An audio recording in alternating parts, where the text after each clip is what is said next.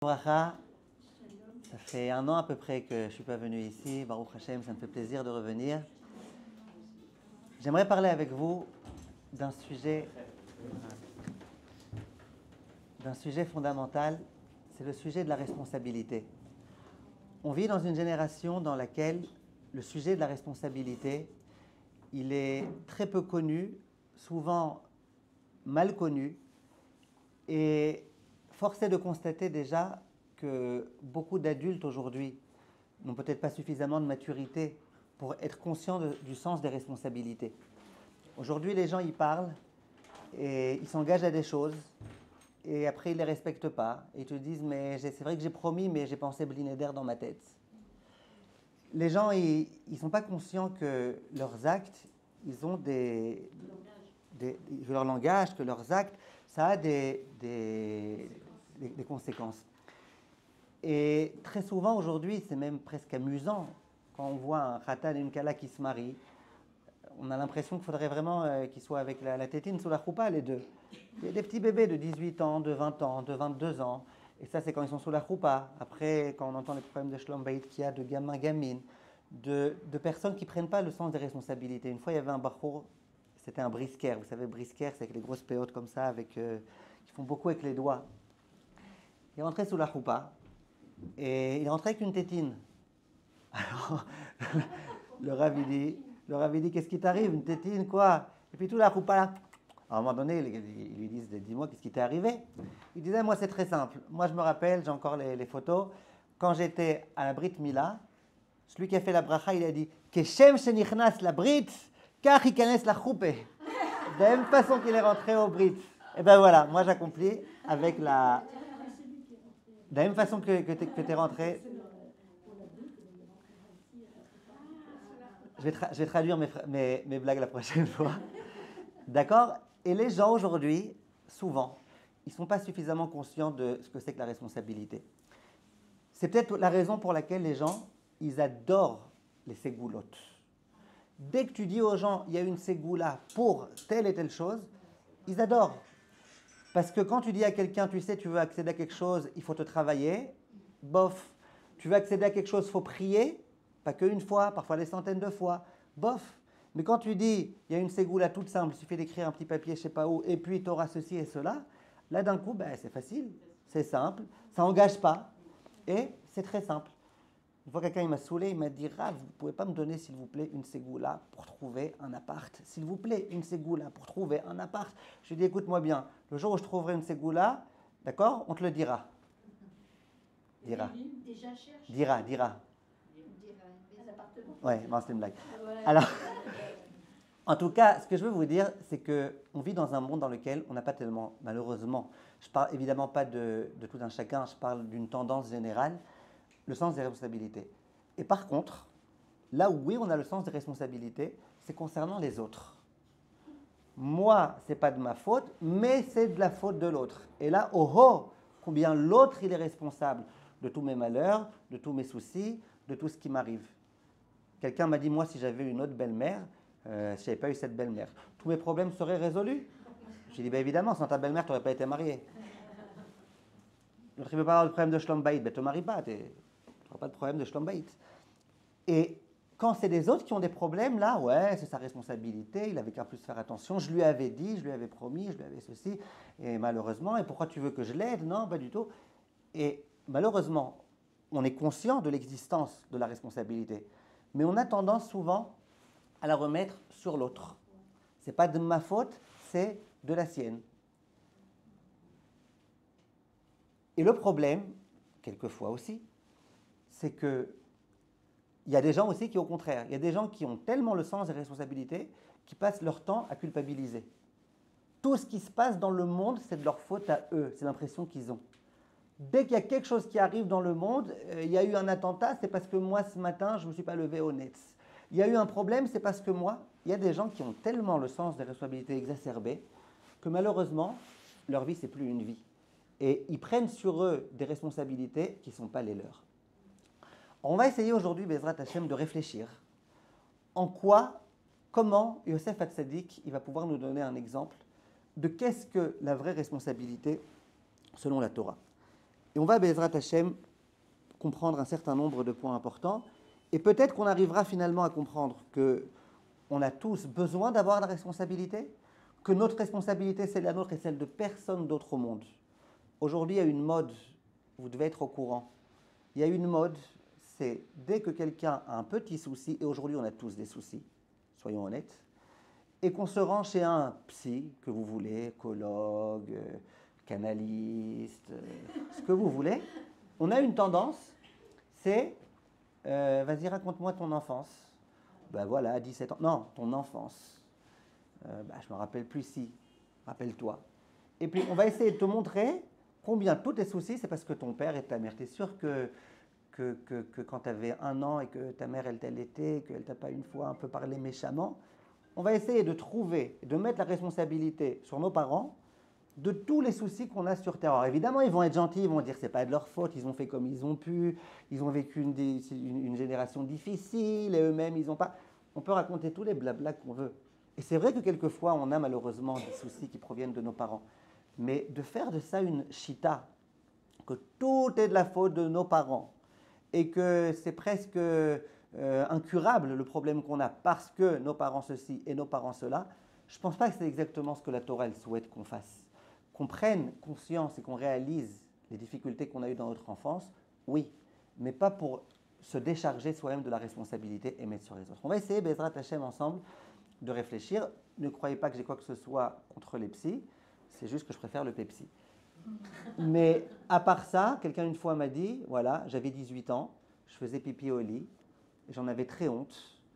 J'étais voir un psy pendant 1 an, je dépensais 10 000 €. Aujourd'hui, j'ai 19 ans. Je fais toujours pipi au lit, mais au moins j'en suis fier. D'accord? Et un an de psychothérapie. Alors, on va essayer tout de suite, Bezrat Hashem, de réfléchir.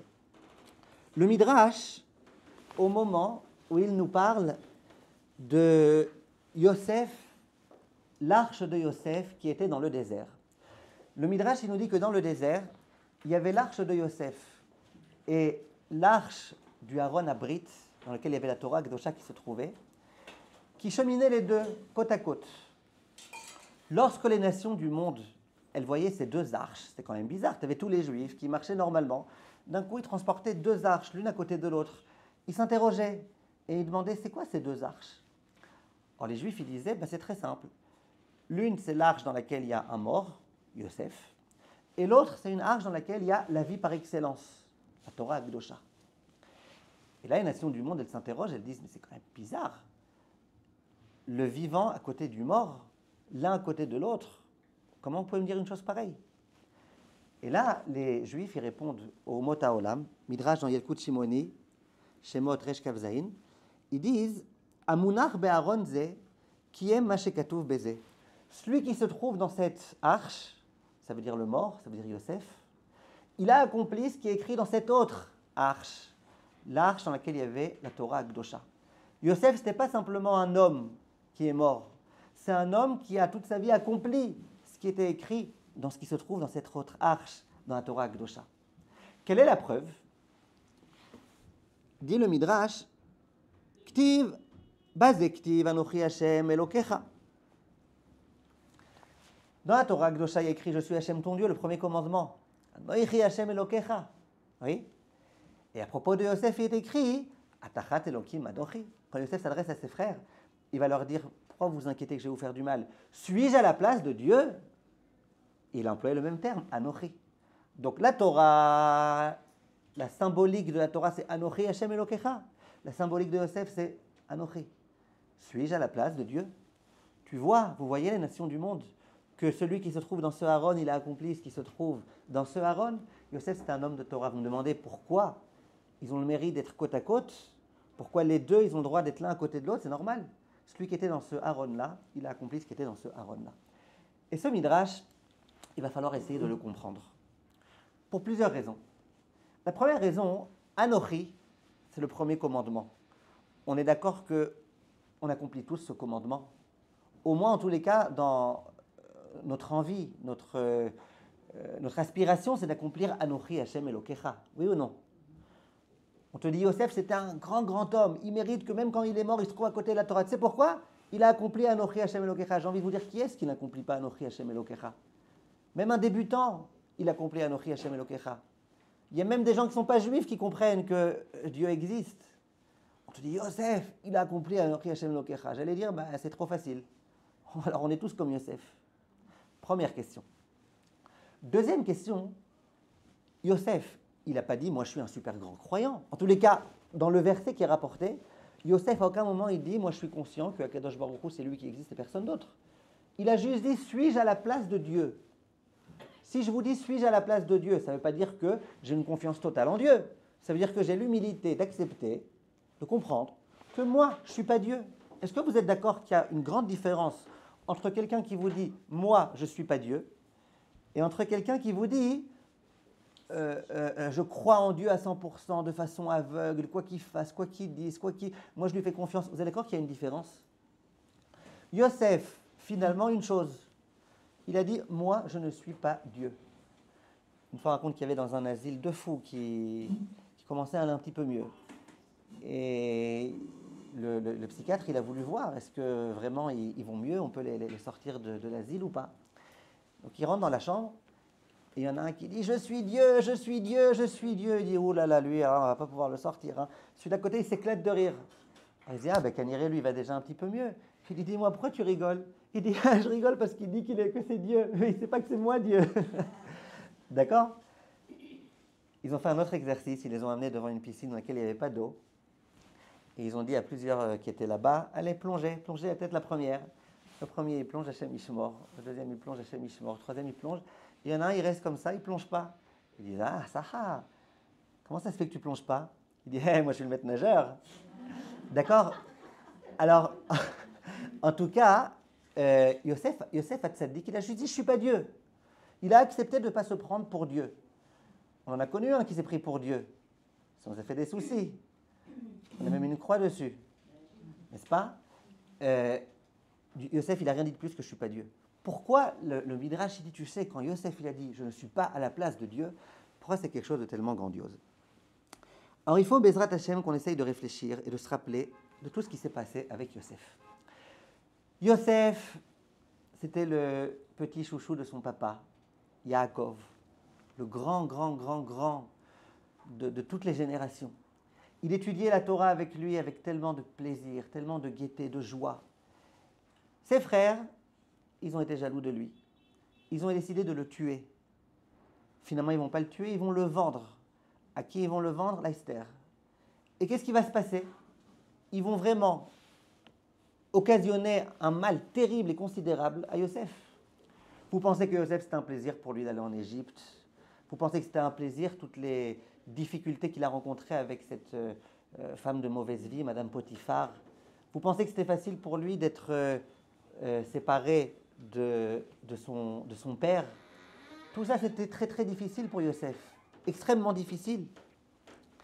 Et Yosef, il a subi tout ça. Et Yosef, pendant des années et des années, il a dû passer en prison. Et Yosef, il sait que finalement, tout ça, c'est à cause de ses frères. Qu'est-ce que Yosef, il a dû avoir, j'imagine, dans son cœur, toutes ces années-là? C'est, ouais, pourquoi ils m'ont fait ça? Mais qu'est-ce que je leur ai fait? Mais je suis leur frère, mais pourquoi? Mais oy vavoy, comment ils ont pu me faire une chose pareille? Voilà que Yosef va devenir le vice-roi d'Égypte. Tous les pouvoirs sont entre ses mains. Il a le droit de prendre les décisions qu'il veut, personne ne lui dira rien. Il a ses frères qui viennent face à lui. Il est le vice-roi d'Égypte. Le moment de vérité arrive. Le moment de la vengeance arrive. C'est le moment où ça y est, le moment rêvé dans lequel il aurait pu enfin régler leur compte à ses frères. Que fait Yosef? À ce moment-là, il leur dit « Atachat Elokim Anochi » ne vous inquiétez pas, je ne suis pas à la place de Dieu. Pourquoi vous avez peur? Vous avez peur de quoi? Vous avez peur que je vous fasse du mal? Je ne vous ferai pas de mal.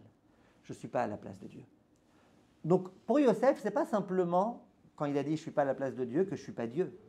C'est que Yosef, à ce moment-là, il va se comporter avec une très grande émouna. Il va comprendre visiblement que ce que ses frères lui ont fait, en fait, ça provenait de Dieu. Et qu'il n'avait pas besoin de se venger. D'où il a puisé les forces pour faire une chose pareille? Je ne sais pas, moi je ne sais pas si à sa place j'aurais réussi à faire une chose pareille. En tellement d'années j'ai souffert, enfin je peux. Alors vous allez me dire, c'est très simple. Il est écrit dans la Torah, Lotikom velotitor. tu n'as pas le droit de te venger. Et Yosef Hatzadik, c'est un tzaddik. Et il respectait la Torah, il observait la Torah. Oui ou non? Donc Yosef Hatzadik, moi je pose la question pourquoi il ne s'est pas vengé. Ben évidemment qu'il ne s'est pas vengé, c'est écrit dans la Torah, tu ne te vengeras pas. Donc on pourrait dire, ma question n'est pas si forte que ça. D'où Yosef, il a réussi à ne pas se venger? Ben il ne s'est pas vengé parce que c'est un juif de la Torah. C'est normal qu'il ne soit pas vengé. Mais la question est beaucoup plus puissante que ça. Parce que si Yosef, il s'était contenté de ne pas se venger, on aurait dit, bon, c'est normal. C'était un bon juif. C'était un rarédi. Il respecte la Torah, monsieur. Non. Yosef, il a fait beaucoup plus que ça. Yosef, il va ménager la dignité de ses frères d'une façon exceptionnelle. D'une façon dont même nos frères normaux, qui ne nous ont pas fait tellement de mal, je ne sais pas si on ménage autant leur dignité. Et on va essayer, Bezrat Hashem, de montrer et de prouver cela. Au début de la paracha qu'on a lue la semaine dernière, Vaïgash. Vaïgash Elav Yehuda. Yehuda, on nous dit que c'était un homme très, très, très, très fort. Quand tu le voyais, rien que tu le voyais, tu avais peur. Il était très, très fort. Yehuda, il est comparé à qui? Au lion.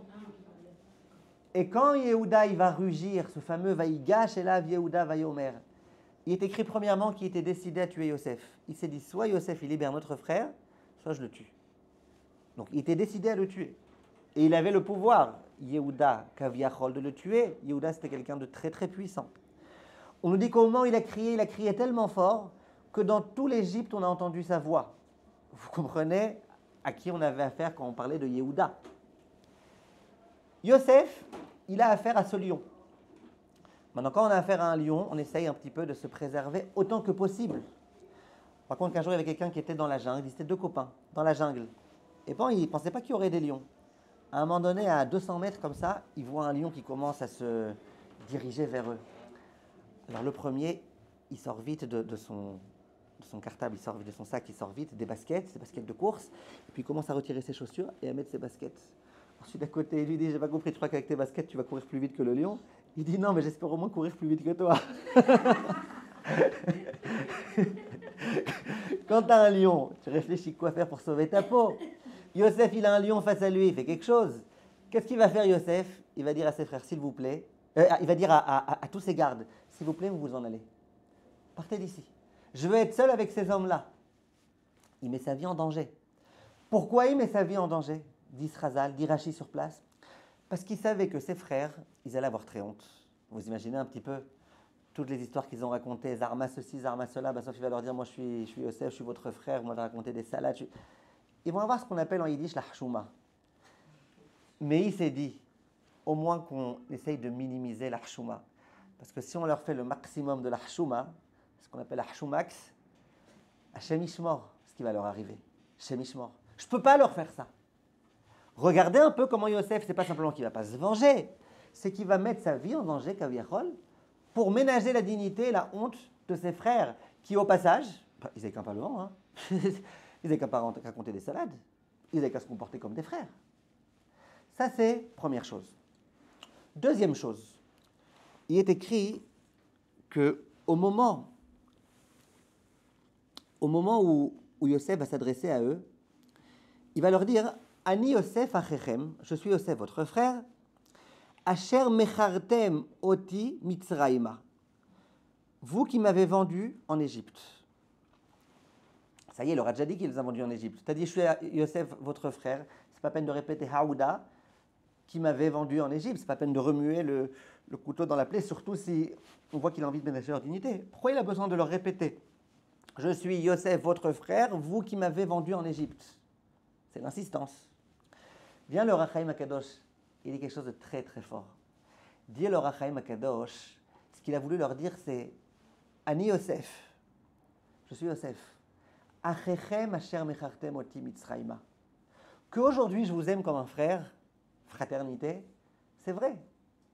Avec tout le recul que j'ai eu, tout le temps que j'ai pu réfléchir, en plus je me suis aperçu que Baruch Hashem, grâce au fait que j'étais ici, j'ai sauvé le peuple entier de la famine. Ok, mais ne pensez pas qu'au moment où vous m'avez vendu, je vous haïssais. Ani Yosef, achechem asher mechartem oti. Déjà au moment où vous m'avez vendu, j'étais votre frère. C'est-à-dire que les frères, ils étaient en train de s'acharner sur lui et lui disaient, mes frères, je vous aime. Pourquoi vous me faites ça? Bon, vous me faites ça, c'est votre problème, moi je vous aime. Yosef, il vient rassurer ses frères. Au moment de rassurer ses frères, qu'est-ce qu'il leur dit? Il leur dit, mes frères, ne vous inquiétez pas, je ne vous ai jamais haï. Au moment où vous m'avez vendu, vous me haïssez peut-être, c'est votre problème. Moi, je ne vous ai jamais haï. Plus que ça, au moment où Yosef va renvoyer ses frères pour aller prévenir leur père qu'il est en vie, Yaakov, il va leur dire, écoutez, vous allez aller en chemin, al tirgezu baderech. Ne vous disputez pas en chemin. Ça veut dire quoi, ne vous disputez pas? Il est intelligent, Yosef. Il sait que ses frères, maintenant, après cette chouma royale, ils vont tout le chemin commencer à se disputer. Je t'avais dit qu'il ne fallait pas le vendre, mais je t'avais dit, mais pourquoi? Mais on n'avait qu'à m'écouter, mais c'est ta faute, mais c'est ceci, mais c'est cela. Yosef, il ne veut pas. Yosef, il leur dit, regardez, je vous ai convaincu que moi, je suis très heureux, je suis bien dans ma peau, je suis content, je vous ai toujours aimé, il n'y a aucun problème. N'est-ce pas? Ne vous inquiétez pas. Pourquoi vous disputer? Sentez-vous bien. Arrêtez de vous disputer. Tout va bien. Et au moment où les frères de Yosef, ils sont venus voir Yosef, après que leur père soit mort, et ils vont lui dire, écoute, peut-être que maintenant qu'on sait que Yaakov est mort, peut-être que maintenant tu vas commencer à te venger. À nouveau, ils vont avoir peur, il est écrit dans Chazal, ils vont venir voir Yosef, ils vont lui dire, Yosef, ne nous tue pas. Ce que tu veux, jusque-là, jusque-là, tu étais gentil avec nous parce que tu avais pitié pour papa. Ne nous tue pas. Et Yosef va leur répéter, je ne suis pas à la place de Dieu. Je ne suis pas à la place de Dieu. Et là, il va leur dire quelque chose de très fort. Il va leur dire qu'il est Michia chez la Chani Elohim. D'abord, ce n'est pas vous qui m'avez envoyé en Égypte, c'est Dieu. Et ensuite, Dieu, il ne m'a pas envoyé en Égypte gratuitement, sans raison. Il m'a envoyé parce que les Michia. Il fallait assurer la satiété, la profusion en Égypte, la nourriture. Il fallait assurer tout ça. Donc Hachem ne m'a pas envoyé pour rien. J'avais un rôle à jouer. Donc de quoi vous inquiétez? Vous inquiétez d'avoir joué le rôle? Ne vous inquiétez pas. Donc là, la question, elle peut vraiment se poser. Si je vous pose la question d'où Yosef il a puisé les forces de ne pas se venger, ben vous allez me dire, j'en sais rien d'où, mais visiblement tout juif il est censé ne pas se venger puisque c'est une mitzvah de la Torah qui concerne tout juif. Lotikom velotitor. Mais par contre, de ménager tellement la dignité de ses frères, ça c'est quelque chose qui est quand même assez difficile à comprendre. Surtout que, et c'est là que je vais en arriver au sujet de la responsabilité. Yosef Hatzadik, c'était un homme qui avait le sens des responsabilités. D'où je le sais? D'abord, on ne peut pas être Yosef et ne pas avoir le sens des responsabilités. Mais j'ai une preuve à ça. Il est écrit qu'au moment où Yosef il a voulu envoyer ses frères chez Yaakov, il les a envoyés avec des chariots. Comment on appelle ça en hébreu? Agalot. Dis Rachamim, pourquoi il a envoyé des chariots et pas autre chose? Pourquoi il a envoyé des chariots? Pourquoi il a envoyé des agalot? Il aurait pu envoyer des calèches, pas des agalot. Vous me dites, ça revient au même? C'est vrai. Une fois, il y a un enfant, il n'était pas bon du tout en dictée. Il arrive à la maison, il dit, papa, cette fois-ci, j'ai eu un 20 sur 20 en dictée. Le père, il lui dit, ah, Zaha, je suis trop content. Tu sais quoi? Le cadeau que tu veux que je t'offre, tu me dis, je te l'offre. L'enfant, il dit, ah, papa, ben, offre-moi une bicyclette, s'il te plaît. Le père, il dit, il n'y a pas de problème. Écoute, tu m'écris le mot bicyclette sans la moindre erreur et je t'offre une bicyclette.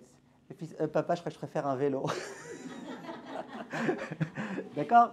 Tu peux appeler ça une agala, tu peux appeler ça une calèche, tu peux appeler ça une charrette, tu peux appeler ça ce que tu veux.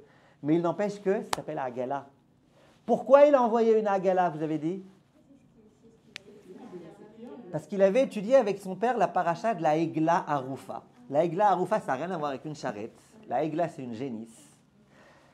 Et la Egla Arufa, c'était une paracha. Je vous la résume très très rapidement. La Torah, elle dit que quand on trouve un mort entre deux villes et qu'on ne sait pas d'où provient l'assassin, on n'a pas réussi à savoir, il y a toute une procédure qui consiste à amener une génisse et à la tuer. Et à ce moment-là, on raconte combien tous les anciens, les vénérables anciens du clan d'Israël y viennent et ils ont tout un texte à réciter. Ça, c'est la dernière sougia, le dernier sujet que Yaakov avait étudié avec son fils Yosef. Yosef, il vient dire à son père, papa, ne t'inquiète pas, je n'ai pas oublié mon étude. C'est vrai que j'ai passé des années terribles dans cette Égypte tellement impure, dans toute cette pritzout qu'il y avait en Égypte. C'est vrai. Mais papa, sache que moi, je suis resté connecté à ma Torah. Et je suis resté connecté à ce qu'on a étudié. Et tu vois, je me rappelle encore de quoi on a étudié. On a étudié la Sougia de la Egla Arufa. Mais le Rav Baruch Mordechai Ezrachi Zatzal, il dit quelque chose de très intéressant. Il dit, c'est quoi la grande leçon que la Egla Arufa, elle vient nous donner? La camarade dans la Sechet Sota, la Torah d'abord, elle dit qu'au moment où on amène la Igla à Roufa, les Chachamim, les anciens, les vénérables, grands tzadikim de cette génération, ils doivent venir. Et il doit dire Yadenu lo shafru et adamazé. C'est pas nous qui avons tué cet homme. Donc vous vous imaginez, Rav Steinman, Rav Chaim Kanievski qui arrivent, il y a un mort face à eux, Rav Steinman qui dit c'est pas moi qui l'ai tué. Évidemment que c'est pas toi qui l'as tué. Tu n'as pas besoin de te disculper. Tu crois vraiment qu'on a peut-être pensé à un moment donné que c'était toi, on t'a accusé de quelque chose. Tzadikim, les grands tzadikim, ils viennent. Ce n'est pas nos mains qui ont fait cette chose-là. Mais évidemment que ce n'est pas vos mains. Il y a un assassin, c'est lui qui l'a tué, c'est pas vous. C'est pas vous les anciens, c'est pas vous. Dit la Gemara dans ma Sechet Sota, non, évidemment. Quand ils disent on n'a pas tué, ça veut dire on l'a pas tué. Ça veut dire on ne l'a pas laissé partir sans nourriture. Ça veut dire que cet homme-là, qui a été assassiné, c'est pas qu'un jour il était chez nous, là, 2 jours avant d'être assassiné, et qu'on a vu qu'il avait très faim, et on ne lui a pas donné à manger.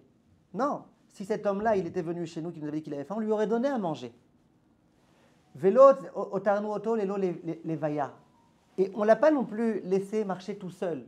C'est-à-dire que s'il était venu nous voir, qu'il nous disait qu'il allait maintenant emprunter un chemin, on l'aurait accompagné. À aucun moment, on aurait pu faire quelque chose qui aurait empêché le meurtre, et on ne l'a pas fait. Ça veut dire quoi? C'est possible que cet homme-là, il mourait de faim. Comme il mourait de faim, il n'avait pas de quoi manger, il a dû faire un hold-up. Il a fait un hold-up, il s'est fait tuer. C'est possible. Peut-être que si jamais on lui avait donné à manger, on lui avait donné de la tzedaka, on lui avait donné quelque chose, peut-être qu'il n'aurait pas été emmené à faire ce hold-up qui l'a conduit à la mort. Peut-être que la raison pour laquelle il a été tué, c'est parce qu'il était tout seul. Donc les ennemis, ils ont vu quelqu'un tout seul, ils se sont dit, lui, il est faible, on va s'en prendre à lui. Peut-être s'il avait été accompagné, peut-être qu'on ne l'aurait pas tué. Les zkenim, au moment où ils viennent dire « c'est pas nos mains qui avons tué », c'est pas dire « c'est pas nous qui avons tué », ça évidemment, il n'y a aucun doute. Quand ils disent « c'est pas nous qui avons tué », ça veut dire on n'a pas été du tout responsable, même de façon indirecte, au meurtre de cet homme-là. Parce que tout ce qu'on a pu faire, on a fait. On lui a donné à manger, on a veillé à ce qu'il soit accompagné. On ne pouvait rien faire de plus. Qu'est-ce qu'on déduit de là?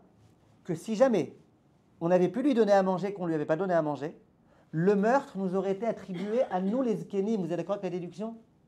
Si jamais on avait pu se préoccuper de l'accompagner et qu'on l'a laissé marcher tout seul, le meurtre aurait été de notre responsabilité. Vous êtes d'accord? Ça veut dire que cette paracha-là, elle nous enseigne le sens des responsabilités. Le responsable, quand il y a un meurtre, ce n'est pas simplement l'assassin. Le responsable, ça peut aussi être celui qui ne s'est pas préoccupé d'accompagner la personne qui s'est fait tuer, de ne pas lui donner à manger, de ne pas lui donner ce dont elle a besoin. Donc les zkénim, au moment où ils viennent amener cet égla à Roufa et réciter ce texte, ils viennent nous donner une leçon de responsabilité. Sache que toi, tu as une responsabilité dans ce qui se passe autour de toi. Et sache que ce n'est pas simplement en tuant quelqu'un que tu le tues. Parfois, tu peux le tuer en ne lui donnant pas ce dont il a besoin. Que ce soit physiquement, que ce soit moralement, que ce soit dans tous les domaines de l'existence. Dit le Rav Baruch Mordechai Ezrachi, Yosef, il vient voir son père et il lui dit, papa, tu sais comment j'ai fait moi pour rester connecté à la Torah pendant toutes ces années-là? Tu sais comment j'ai fait? Eh bien, j'avais, papa, le sens des responsabilités. Je savais qu'un juif, il ne fait pas ce qu'il veut. Il ne peut pas se lâcher. C'est pas parce que Madame Potiphar, elle commence à le draguer qu'il peut commencer maintenant à faire tout et n'importe quoi. Non, papa, j'ai le sens des responsabilités. Je comprends que moi, je suis un juif, que je suis le fils de Yaakov et que tous les actes que je fais, ils auront un impact dans le monde entier. Je suis conscient de c'est quoi la responsabilité d'être un juif. Ce qui a permis à Yosef de rester Yosef Hatzadik dans un monde tellement difficile, pendant tellement d'années de prison, c'était le fait qu'il avait le sens de la responsabilité et qu'il savait qu'il avait un rôle à jouer sur terre et que même en Égypte, il devait continuer à jouer son rôle. Et là, la question qui se pose, c'est si vraiment Yosef il a le sens des responsabilités, eh bien qu'il dise à ses frères, mes frères, vous avez fait une lourdeur, assumez vos responsabilités. On aime bien dire ça. Assumez vos responsabilités. On laissera les gardes et vous aurez la choumax et c'est votre problème à vous. On laisse les gardes, je vais mettre ma vie en danger à cause de vos lourdeurs à vous. Il aurait dû dire, écoutez, moi j'ai le sens des responsabilités, vous aussi avez le sens des responsabilités. Il n'a pas fait ça. Yosef, il a ménagé leur dignité. Alors, comment ça s'arrange avec le sens des responsabilités? Et surtout, d'où il a trouvé la force de faire une chose pareille? Alors tout d'abord, D'où il a trouvé la force de faire une chose pareille? Je pense qu'il y a un très très très grand yesod, très grand fondement qu'il faut qu'on essaye de comprendre. Le Sefer Achinour, au moment où il nous parle de l'interdit de se venger, il essaye d'expliquer comment on fait pour y accéder. Parce que de ne pas se venger, c'est très très difficile. Le Mesilat Yesharim, le Ramchal, il dit que l'une des choses les plus douces sur terre, c'est la vengeance. Ça donne, c'est assourd, mais c'est doux. Attention, pas tout ce qui est assourd, ça pue. Il y a des choses qui sont assourrotes et qui sont séduisantes. Ça donne envie. Dit le Rav, comment je fais pour ne pas y accéder? Parce que attention, c'est quoi la vengeance? J'ai demandé à quelqu'un de me prêter son marteau, c'est l'exemple de la Gemara. J'avais urgemment besoin d'un marteau, c'était vraiment hyper important, j'avais quelque chose à réparer et tout. J'ai été voir mon voisin, je lui ai demandé un marteau.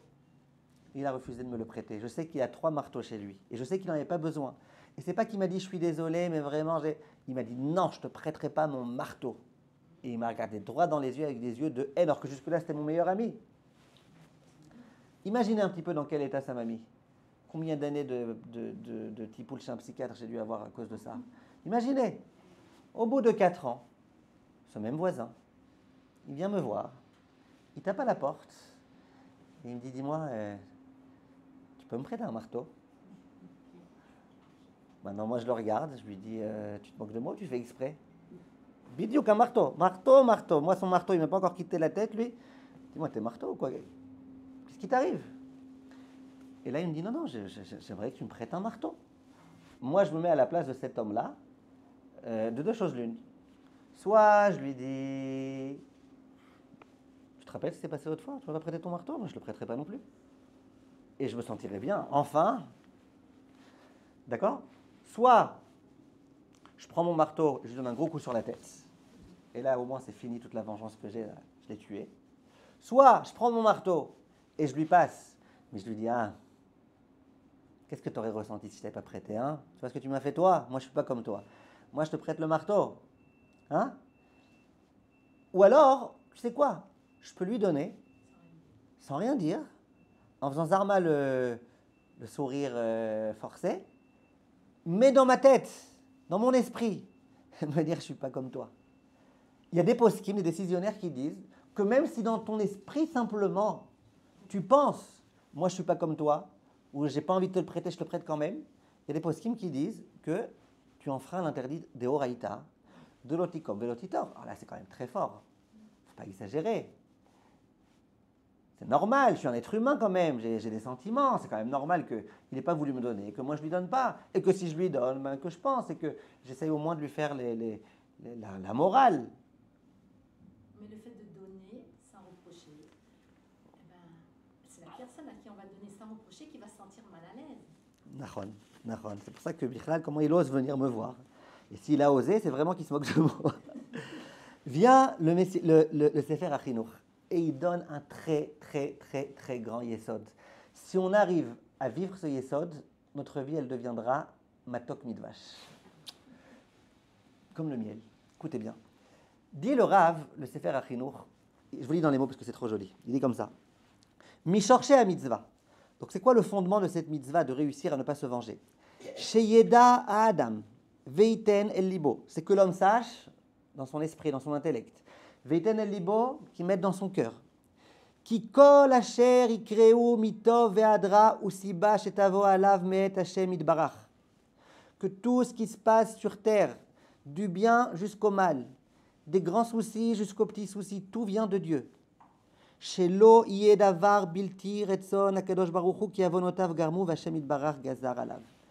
Il dit si jamais il y a quelque chose de dur qui m'arrive, ou c'est pour mon bien, ou c'est entre guillemets pour mon mal, parce que j'ai fauté et je devais être puni pour mon bien, pour réparer la faute. L'autre, c'est une marionnette entre les mains d'Hachem. L'autre, il n'a rien fait. Et il rapporte une Gemara, très jolie Gemara, à Sechet Brachot. La Gemara, elle dit que dans le quartier de Rabbi Hanina ben Dosa, un grand rave de la Gemara, il y avait un serpent. Arod, il s'appelait en hébreu, un espèce de serpent venimeux. Et ce serpent, il avait mis la panique dans tout le quartier, parce qu'il avait déjà tué pas mal de personnes. Et les gens, ils ne savaient pas faire. Qu'est-ce qu'on fait? on amène des kabbalistes, on fait un tikkun, qu'est-ce qu'on fait? Ce serpent, il met la terreur partout. Ils ont été voir Rabbi Hanina ben Dosa, il dit Rav, qu'est-ce qu'on fait? Le Rav il dit, dites-moi où est-ce qu'il se niche, et je m'occupe de lui. Alors ils lui ont dit, Rav, écoutez, vous voyez le trou là-bas? Mais ne faites pas ça, il va vous tuer. Le Rav, ne vous inquiétez pas. Le Rav il s'approche, il met son pied là où il y a le serpent qui est censé sortir. Dès que le serpent sort, tac, il l'écrase et il le tue en un instant. À ce moment-là, Rabbi Hanina ben Dosa, dit la Gemara, il a pris le serpent et il l'endossa sur ses épaules. Il va au Beth Midrash et il dit, les amis, vous voyez ce serpent-là qui vous a mis la terreur? Shum davar, wallo, rien du tout. Vous croyez que c'est le serpent qui tue? C'est la faute qui tue. Le serpent, il n'a aucun pouvoir. Si le serpent est tué, c'est que c'est la faute qui a tué. Le serpent lui-même, il n'a aucun pouvoir. Vient le Sefer HaChinuch et il dit, si un tel, il a refusé de m'aider quand je lui ai demandé. Si un tel, il m'a fait des soucis dans telle situation, c'est que c'est moi qui suis fautif quelque part. En tous les cas, ce n'est pas lui. En tous les cas, ce n'est pas de sa faute. Lui, il a fait ce qu'Akadosh Baruch Hu lui a demandé de faire, et Magia Losh Koyach d'avoir fait ce qu'Hachem lui a demandé. Qu'est-ce que tu veux? Lui, il t'a rien fait. Si tu ne méritais pas ça, il ne te l'aurait pas fait. Ça peut être l'homme le plus méchant du monde, il t'aurait rien fait. Si on comprend cette idée-là et qu'on essaye évidemment toute notre vie de la travailler, parce que de la comprendre, c'est facile à comprendre, de l'intégrer au jour le jour, aussi avec nos belles-mères, aussi avec nos calottes, nos brus, aussi avec nos enfants. Et ça sera autre chose. Mais en tous les cas, écoutez bien, on a posé une question. On a dit comment Yosef il a fait pour ne pas se venger? De façon tellement spontanée. Non mes frères, non mais je veux que vous vous sentiez bien. Ben, écoutez bien. Imaginez que je vois mon frère qui ne se sent pas bien. Est-ce que j'ai une mitzvah de l'aider à se sentir bien? Oui. Si je vois que mon frère il va se disputer avec un autre frère et que je peux faire quelque chose pour qu'il ne se dispute pas, est-ce que c'est mon devoir de le faire? Oui. C'est dur de le faire? Non. Mon frère, c'est mon frère, évidemment que je vais essayer de le faire. Est-ce que c'est de mon devoir de faire mon possible pour éviter que mon frère il ait l'archouma, la honte? Oui. Vous êtes d'accord avec moi? Donc Yosef, il voit que ses frères, ils vont se disputer. Et il voit que ses frères, ils vont avoir honte. Et bien, il fait tout son possible pour qu'il n'ait pas honte. C'est tellement simple. Vous allez me dire, ouais, mais ça, c'est pour des frères normaux. Pas pour des frères qui m'ont vendu et qui ont failli m'assassiner et qui m'ont haï pendant tellement d'années et à cause desquels j'étais séparé de mon père et à cause desquels... C'est pas de leur faute. C'est pas de leur faute. C'est Hachem qui a décidé. Et non seulement c'est Hachem qui a décidé, mais Hachem il a décidé pour la bonne cause. Parce que Hachem, il avait tout un projet divin qui nous dépasse. Mais que maintenant on commence à comprendre qu'il fallait que je sois ici en Égypte et que je me préoccupe et que je vous sauve tous mes frères de la famine terrible. J'avais besoin d'être là. Donc en fait, Yosef, on a demandé d'où il a puisé ses forces, c'est vrai. Si Yosef il vivait avec l'idée, c'est eux qui m'ont fait ça, espèce de méchant, et tu vas voir ce que je vais leur faire, et machin, et d'un coup de devenir, ah non, tout va bien, c'est vrai que ça aurait été de l'hypocrisie, ça aurait été très dur, ça aurait été impossible, inhumain. Mais Yosef, pendant toutes ces années, depuis le moment où ses frères ils ont essayé de le vendre, Yosef il vivait tout entre les mains de Dieu. Me venger contre Dieu, chas v'shalom. Donc me venger contre qui? Contre personne. Et si déjà quelqu'un doit se remettre en question, c'est bien moi, Yosef, qui dois me remettre en question. Ça veut dire, et là on comprend d'abord d'où Yosef il a puisé ses forces. Pour Yosef, il n'y avait même pas de difficulté à être gentil avec ses frères, c'est ses frères. Mais ils ont été méchants avec lui, ils n'ont rien été méchants avec lui du tout. C'est Dieu qui a tout fait. Et là, on commence à comprendre, c'est quoi le véritable sens des responsabilités. Je pense, en tous les cas, cette chose-là. C'est quoi avoir le sens des responsabilités? Je vais vous dire quelque chose de choquant. C'est les Gdolé Israël qui l'ont dit, c'est pas moi. Les Gdolé Israël, ils ont dit, dans toutes les périodes où il y a eu des attentats, ils ont dit croire que s'il y a des attentats, c'est à cause des Arabes. Et donc voilà, c'est à cause de, voilà, on va dire 100 fois, c'est faux. C'est faux. Tu vas me dire, mais s'il n'y a pas d'Arabes, qui nous aurait fait les attentats? J'en sais rien. C'est faux.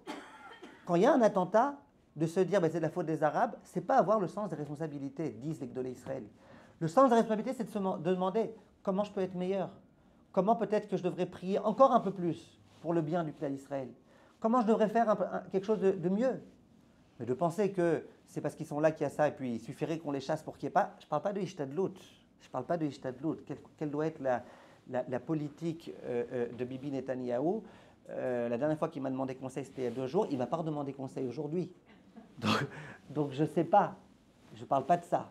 Moi, ce dont je parle, c'est avoir le sens des responsabilités. Comprendre que si quelque chose se passe dans le monde dans lequel je suis, quelque part, c'est que je suis un petit peu responsable. Combien, comment, je vais y arriver. Mais comprendre que c'est moi qui suis responsable. Si mes frères, ils m'ont vendu, ce n'est pas eux, c'est moi. Ça, c'est le sens des responsabilités. On a posé la question, on a dit, mais si Yosef, il avait vraiment le sens des responsabilités, il aurait dû dire à ses frères, vous n'avez qu'à assumer vos responsabilités. Non, ce n'est pas ça la responsabilité. La responsabilité, ce n'est pas de dire aux autres, assumez vos responsabilités. Je vois un pauvre qui vient, qui m'en dit, je vais dire, assume tes responsabilités. Oh, t'es un adulte, hein, t'as qu'à me débrouiller tout seul. Non, c'est pas ça, assumer ses responsabilités. Assumer ses responsabilités, c'est moi-même vis-à-vis de moi-même, comprendre que j'ai des responsabilités et que je dois être à la hauteur. De mettre la responsabilité sur quelqu'un d'autre, c'est au contraire, c'est tout l'inverse que d'avoir le sens des responsabilités. Et ça, Yosef, il le savait. Yosef, il a compris. Ma responsabilité à moi, c'est de comprendre que si mes frères ils m'ont fait quelque chose parce que moi je suis fautif quelque part, je vais faire mon introspection, je vais essayer de devenir meilleur. Mais de dire ils n'ont qu'à avoir honte, c'est leur responsabilité, ils n'ont qu'à pas me vendre, c'est tout sauf, c'est de la gaminerie. C'est tout sauf avoir le sens des responsabilités. De la même façon que quelqu'un qui dit tous les problèmes que j'ai, c'est à cause d'un tel, à cause de mon beau-frère, à cause de ma femme, à cause de la lourdeur, à cause de machin. Non, c'est pas avoir le sens des responsabilités. La responsabilité, c'est prends toi-même, comprends où est-ce que toi, tu es responsable. Mais Yosef, il nous a donné une autre leçon. Yosef, il a compris que si Akadosh Baruch Hu, il l'a envoyé, c'est pas forcément parce qu'il a fauté. C'est peut-être pour une raison positive. Qu'il est Miriach et la Chani Elohim. Hachem, il a voulu sauver le monde d'une famine et il savait que ça devait passer par lui. Pourquoi ça devait passer par lui, j'en sais rien, mais ça devait passer par lui. De commencer à penser que tout ce qui se passe sur Terre, c'est de ma faute, et de commencer à culpabiliser comme si tout était dépendant de moi, tu peux un peu te calmer ta joie. Pour qui tu t'es pris? Tu crois vraiment que tout ce qui se passe dans le monde, c'est à cause de toi? Tu ne crois pas que tu es un peu égocentriste là, dans l'histoire là? Tout ce qui se passe sur Terre, c'est de ta faute. Ok, il y a eu un attentat, c'est de ta faute. Il y a eu le Simchat Torah, c'est passé, c'est de ta faute. Tu crois vraiment que toi, c'est toi qui dirige le monde entier de par tes avérots ou de par tes mitzvot? Il faut avoir le sens des responsabilités, mais il ne faut pas devenir fou. Il faut avoir le sens des responsabilités, mais ne pas culpabiliser. Et ça, c'est l'objet d'un cours à part. Comment faire pour avoir le sens des responsabilités, pour arrêter de mettre toujours la faute sur l'autre, et pour autant, ne pas penser que tous les malheurs du monde, ils sont à cause de moi. Parce que moi, finalement, je suis un être humain. Et c'est normal que parfois je faute. C'est normal que parfois je ne sois pas à la hauteur. C'est normal que parfois je trébuche. C'est normal, je suis un être humain. Ça, c'est la grande, grande, grande leçon que Yosef Hatzadik qui nous a enseignée. Et Yosef, il a,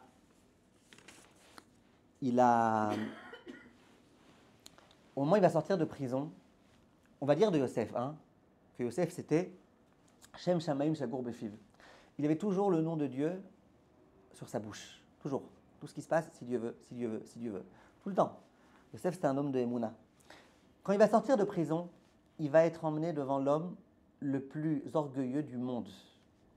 Il s'est pris pour Dieu lui aussi. Et lui aussi, il nous a fait des soucis. Comment il s'appelait? Paro. Paro, lui, il disait qu'il s'est créé lui-même. Paro, il allait faire ses besoins dans le Nil, pour qu'on croie que ce n'est pas un humain qui a besoin de faire ses besoins. Il prétend que même quand il était bébé, il ne faisait pas l'euro. Paro. Il est un dieu. Il se prend pour un dieu. Bon, il a fait des rêves qui le conduisent à, visiblement, c'est les rêves de Dieu, il y est arrivé. On amène Yosef de prison. Paro, il regarde Yosef comme ça, il lui dit, écoute, il paraît que tu es quelqu'un qui sait interpréter les rêves. Qu'est-ce qu'il fait Yosef? Alors, écoutez bien là, Yosef, erreur de tactique. Mais Béhémet, erreur de tactique. Béhémet. J'ai pas envie de juger, mais erreur de tactique. Qu'est-ce qu'il fait Yosef? Au lieu, moi à la place de Yosef, j'aurais dit à Paro, évidemment que je suis un très très grand professeur en rêve. Et puis amène-moi le rêve que tu veux, en un instant je te l'explique. C'est facile pour moi, tu vois bien, le maître chanson, le maître truc. Moi je suis quelqu'un, je suis prix Nobel de rêve. Vas-y, pose, je te dis. Il fait pas ça. Qu'est-ce qu'il fait Yosef? Il dit à Paro, tu sais, moi je suis incapable d'expliquer. Moi, la seule chose que je peux faire, c'est les mots que Dieu ait place dans ma bouche, je peux les dire. Attends, tu es en train de parler à quelqu'un qui se prend pour Dieu. Donc tu es en train de dire à ce quelqu'un, moi je ne suis pas Dieu, toi tu n'es pas Dieu, il y a Dieu. T'imagines un peu comment ça devait l'énerver, Paro? Un truc de terrible. Yosef, il n'a pas préparé son discours là. Il a fait une erreur de tactique. Un jour, un garçon, il devait sortir en chidour. Et c'était la première fois de sa vie. Il ne savait pas comment on parle à une fille, qu'est-ce qu'on fait, qu'est-ce qu'on dit. Il y a un bon copain, il lui a dit, écoute, c'est pas très long, il faut juste tenir 1 heure et demie avec elle. T'inquiète pas, les filles, elles sont bavardes. T'inquiète pas, ça va bien se passer. L'autre, il dit, et si j'ai pas de quoi parler, il dit, t'inquiète pas. Il dit, si j'ai pas de quoi parler, bon, il dit, écoute, regarde, je te donne 3 sujets. Ça, tu peux tenir 4 heures, mais bon, je te donne quand même les 3. Premièrement, tu parles un peu de sa famille, ok? Sa famille, ses frères. Deuxièmement, si vraiment, tu auras déjà passé 1 heure, mais si vraiment, tu parles de nourriture. Troisièmement, si vraiment, tu parles de philosophie, ça, tu peux rester des heures entières à parler de philosophie, les filles, elles aiment bien ça et tout, c'est une fille de Strasbourg. Bref, le garçon, il arrive, il a face à lui une fille glaciale. S'il n'y avait pas ici des Ashkénazes, j'aurais dit une fille glaciale. Et il lui dit, dis-moi, il attend qu'elle parle, et elle reste comme ça, bouche bée. Il ne sait pas quoi faire, 1 minute passe, personne n'ouvre la bouche. Elle regarde par terre, lui, il ne sait pas quoi faire. À un moment donné, il lui dit, donc il se rappelle du conseil de son ami, un frère. D'accord. Est-ce que tu as un frère? Et elle, non. Je ne sais pas, parle, dis quelque chose. Bon, il attend 1 minute, il voit qu'il n'y a rien à faire. Il dit, attends, tu m'as dit, mon ami, deuxième sujet, nourriture. Est-ce que tu aimes les pâtes à la bolognaise? Non. Silence complet. Au bout de 5 minutes, il ne sait plus quoi faire. Il dit, mais attends, il y a à peine 6 minutes qui sont passées, qu'est-ce que je fais? Il m'a dit, mon copain, de parler de philosophie. Bon, je vais te poser une question. Si jamais tu avais un frère, est-ce qu'il aurait aimé les pâtes à la bolognaise? Et le chidour était fini en 6 minutes 30. Il n'a pas préparé, lui au moins il a préparé son discours, ça n'a pas marché, mais il a préparé son discours. Yosef, il ne prépare pas son discours, il arrive, il commence à faire le religieux. Si Dieu veut Bezrat Hashem, je vais t'interpréter le rêve et c'est pas moi, c'est Dieu. Mais vous savez, c'est quoi le pire? C'est que ça a marché. Et Paro, il va tenir compte de ce que Yosef il dit. Et Paro, il va mettre Yosef où ça? Vice-roi d'Égypte, ça va marcher. Pourquoi ça va marcher? Parce que Yosef, il était Neeman. Il était responsable, il était sincère, et il était fidèle au principe, il était fidèle à la Torah. Et quand on est fidèle à la Torah, quand on comprend que la responsabilité, ça ne sera jamais de jouer un jeu. La responsabilité, c'est d'être celui que je suis. La responsabilité du juif, ce n'est pas de dire « moi, je m'arrange sans Dieu ». Ça veut dire « je m'arrange avec Dieu ». Quand on fonctionne comme ça, tout marche. Tout peut passer, tout peut fonctionner. Alors, Yehiratson, Bezrat Hashem. Attendez, donc maintenant je finis. Quand Yosef Hatzadik était à côté du Aaron, de la Torah, on dit « mais Yosef, il a dit Anochi ». On dit tous Anochi. Ah bon? On vit tous le Anochi comme Yosef, il a vécu son Anochi. On dit tous Anochi comme Yosef. Comme Yosef. Il a dit à ses frères, je ne suis pas à la place de Dieu, vous inquiétez pas, tout est pour le bien, tout est... On ne vit pas forcément le Anochi comme ça. Un homme qui a vécu comme ça, il mérite sa place à côté de la Torah Akdosha. Les nations du monde, elles ont du mal à comprendre ça. Il est mort, qu'est-ce que tu veux? Il est mort. Pour les nations du monde, un mort, ben c'est un mort. Soit tu vas le brûler, soit tu vas le je sais pas quoi. Il y en a qui acceptent de l'enterrer, ils sont gentils. Ils ne savent pas forcément pourquoi, mais au moins ils l'enterrent. Nous, on est conscient qu'il est mort, mais il y a tout un futur. L'essentiel, il commence maintenant. Les nations du monde ne comprennent pas. Qu'est-ce qui fait le vivant avec le mort? Et nous on dit, mais ce mort, ce n'est pas n'importe quel mort. C'est un mort qui a accompli Anochi Hashem Elokecha. Lui aussi, c'est un vivant. C'est un vivant par excellence. Quand tu as un tzaddik qui meurt avec toutes les rides qu'il a et toute la vieillesse et tout, toi tu dis, bon, mais voilà, finalement quoi? Non, c'était un tzaddik qui, toute sa vie, il s'est investi pour la Torah. Ses rides, c'est des rides de Torah. Sa fatigue, c'est une fatigue de Torah. Son expérience, c'est une expérience de Torah. Ben, lui, il mérite d'être à côté de la Torah. Il est qu'on travaille un petit peu notre sens de responsabilité en essayant principalement de comprendre que la plus grande responsabilité, c'est de se préoccuper de soi et pas des autres. Merci. Merci.